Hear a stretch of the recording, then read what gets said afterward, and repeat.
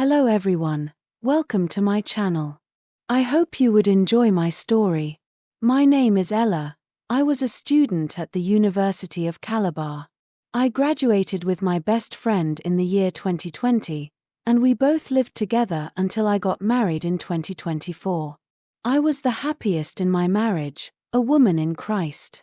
A beautiful, godly woman with a passion to work for God and be a loving wife. I became pregnant 5 months after my marriage, and our expectations were joyous. My friend was more than happy for me. She would come to my house, eat, and dine with my husband and me. In fact, she really became part of us. I trusted her with my whole life because she was always there for me. During my pregnancy, I noticed I was gaining weight rapidly, getting fatter and fatter. At first, I thought it was due to the pregnancy, but soon it became extreme. I could barely get out of bed or walk far. I asked my husband to take me to the hospital, but my friend insisted I was fine and shouldn't worry. My husband and I listened to her, but I was increasingly uncomfortable. It felt like I was suffocating my baby. When I couldn't take it anymore, I called my mother. That very day, my mother traveled down to my house. When she saw me, she screamed, "What is this? Why are you in a wheelchair?"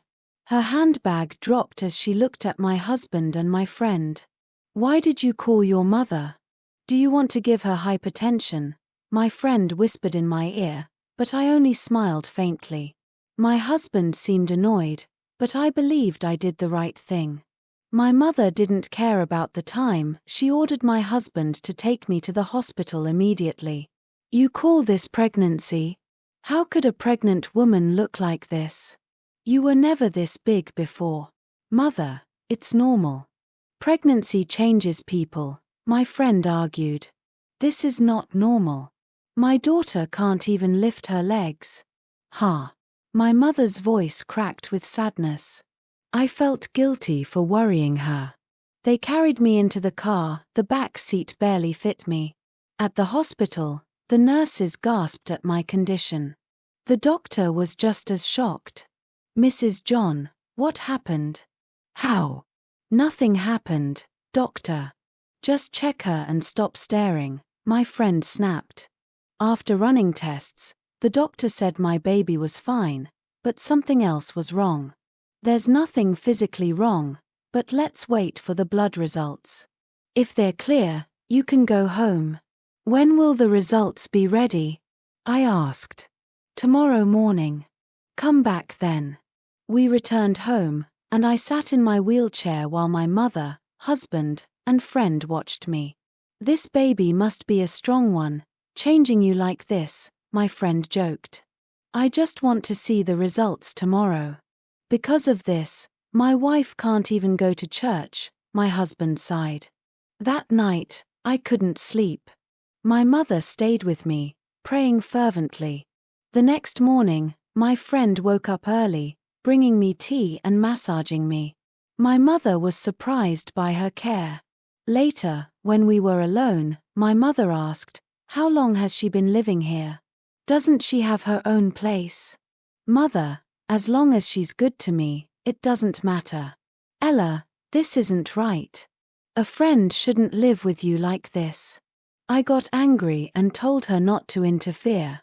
I defended my friend fiercely. She was my confidant, advisor, and prayer partner.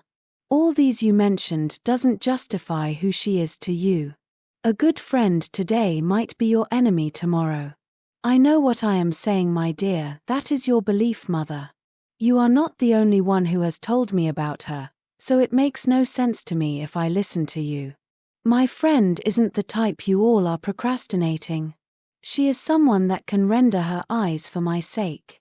So mother, let's forget about my friend topic.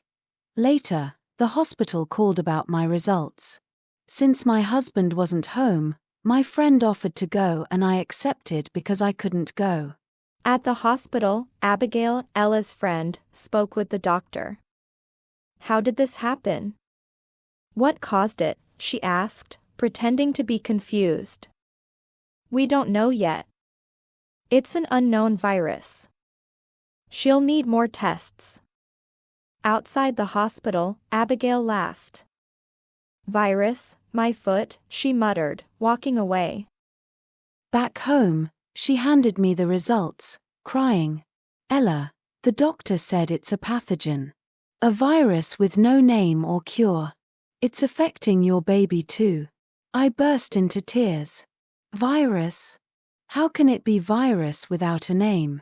Oh God, what is the meaning of all this? Is it because I didn't go to church since this happened to me? My mother shouted, I reject this. My God has the final say. She insisted on calling her pastor for prayers. She also said we are doing vigil that night on my behalf. My friend smiled, nodding her head, accepting to do it. As the night goes down, Abigail was disturbed by Ella's mother's presence. She doesn't want anyone to fight for her friend. When she finished soliloquizing, she went outside the house where she knew Ella's mother will be. That area was dark and unannounced to Ella's mother. She pushed her from the terrace and the woman thumbed down the staircase, screaming non-stop until her voice were not heard again. What is that? Ella's husband asked, panicking as he ran out to the balcony and switched on his phone flashlight. What happened? Abigail showed up behind him looking scared and surprised. They both checked around, calling Ella's mother until their flashlight got to where the woman's lifeless body was seen. Jesus, they both screamed at the same time, rushing downstairs to check on the woman. Abigail was seriously wishing within her that the woman shouldn't survive, and as she expected, the woman was no more. She had banged her head on blocks used to made the stairs. How did this happen? Oh my God. Oh my God, not now. It shouldn't be now. Mama, please wake up, Abigail cried pretentiously. The whole thing alerted Ella, but she was unable to ride herself to where they are. Moment later, her husband entered to take his car key and left the house shortly. Her friend entered to take her into her room, but Ella wasn't pleased with their strange behavior and she was aware of the scaring noise that occurred earlier. Don't take me inside, she uttered, frightening. Where is my mother? Where is my husband going to? Abigail was silent, staring at her. And all of a sudden she started crying. Ella felt a sharp pain beneath her fetus as her heart pounded very fast. She instantly knew something bad has happened to her mother. Where is my mother, Abigail? Talk to me. She demanded angrily, almost falling off the wheelchair. Her plumping face became reddish swollen due to anxiety. Your mother is dead, Ella. She fell in the dark, down the stairs. Ella screamed aloud, holding her head with both hands. You have to be calm, my friend. Please, for the sake of your unborn child. Please, I am begging you, Ella. No, please, I want to see my mother. Take me to my mother right now. I have to see her. Abigail, tell me you're joking.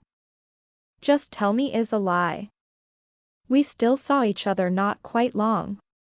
She told me she wanted to take pray and relax outside there. And now you're telling me this. It's a lie. It is true, my friend. It still looks like magic to me as well. But why? I mean, like, oh my God, I am even speechless right now, Ella. Please hold yourself together. Then my mother should be healed then. Since she has been taken to the hospital. I have to go, Abigail. I have to go see my mother. Ella stood up groaning and almost fell back on the wheelchair, but she supported herself while holding a small stool on Abigail's shoulder. Her legs were heaving her as she carries it. Pains was circulating all around her as she moves. Abigail said nothing and followed her quietly. She knew Ella won't be able to go to the hospital, so she wasn't bothered. Wait, Ella, let's hear from your husband first. I am still worrying about you. You shouldn't overstress yourself. Ella sat on the bed quietly. She also knew she was doing too much, but her mother was in her mind. While talking, her husband returned and entered to meet them. She almost jumped at him, screaming and asking about her mother. "She is fine, babe. Just calm down." His response frightened Abigail that her eyes almost popped out. "Are you sure? You mean she is alive?" Wow, wow, wow, Abigail uttered in disbelief, but within she was scared. Ella asked why crying if truly her mother was alive, and her husband gave her an assurance response. Her crying became louder in peace, but Abigail was looking disturbed. She started thinking from different angles, wanting to clarify if Ella's mother knew she was behind her or if she had said something to Ella's husband. She acted happily with both of them, wishing she had a chance to speak with Ella's husband, but the chances were not there. The next day I woke up and didn't see my husband beside me. I was also pressed and needed to go to the restroom, but I was unable to lift myself up. I didn't understand the whole shit and wondered why it was getting difficult for me to do things for myself every day. I then held the top of the bed and stepped down on my left leg, but I missed a step and I stumbled to the floor on my belly. I screamed out in pain and my friend came in. She hurried over immediately to lift me up. I could detect my body shivering and my knees were getting weak. Pain swallows me, and that was the last pain I felt until I opened my eyes due to a very sharp pain penetrating my body. I was shocked to see myself in a theater. Just a slightly cough and I saw a nurse running out and coming in with a doctor and an anesthesiologist. I was checked on, but my body were feeling uneasy. The virus metabolizes anesthesia twice as fast. She's waking up mid-surgery. But she just woke up, a nurse said. I couldn't hold back the pain and I groaned desperately, feeling pains all over my body. I heard one of the surgeons saying, "We have to deliver the baby now. The virus is densest in her uterus." What could that mean? Am I in labor already? Help me, I screamed out. The operating theater hummed with frantic energy, the air thick with antiseptic and something darker, a greasy, metallic scent that clung to the back of the throat. The doctors moved with practiced urgency, their voices clipped as they cut into her. BP's dropping, more clamps now. Christ, look at the placenta. Then, silence. A terrible, airless silence. The obstetrician's hands stilled. The nurses froze. Even the machines seemed to hush. And then one of the nurses was flabbergasted. "No, Jesus Christ," she whispered. The thing they pulled from her womb was not a child. It was small, yes. It had limbs, yes. But the skin was slick and grey-pink, mottled with patches of coarse bristles. Its face, God, its face was a grotesque parody. A snout, wrinkled and too long, the nostrils flared as if still seeking milk. Tiny, cloven hooves curled against its chest. Their mouth was too dumbfounded to speak, staring at one another. "Born dead," someone retched. A scalpel clattered to the floor. And then they made her look at the creature. A tilt of the mirror. A glimpse of the thing she had carried. Her breath hitched. Her heart stuttered speechlessly. The monitors screamed as darkness swallowed her. She was gone, making everyone running helter-skelter to revive her. After several minutes she woke gasping. It was so cold. The lights above her were blinding, haloed by faces, pale, sweating, terrified faces hovering around her. A hand moving down her neck to harm her. She was gasping and was restless to defend herself. Her neck was pressed down tightly to suffocate her, and from nowhere the hand was pulled out from her. She looked up and saw her mother back view fighting the unrecognized face that aimed to strangle her. "She's back." Pupils reactive, get the crash cart ready again. They brought me back. My fear became reality. My chest was burning and my throat became raw. I couldn't breathe fine. All I could think of was the thing. The pig thing. My baby, I croaked, but the doctors exchanged glances. The silence was answered enough. My head sank back to the bed when I heard a sound. A wet, guttural grunt. That can never be my child. Never. I muttered bitterly. Hi lovers, thanks for watching till end. What do you think about Ella's friend? For me, I think she was never a good friend from the start. Because no matter what, a good friend will always be good till the end. The next part would tell of what becomes of Abigail. Does evil last forever?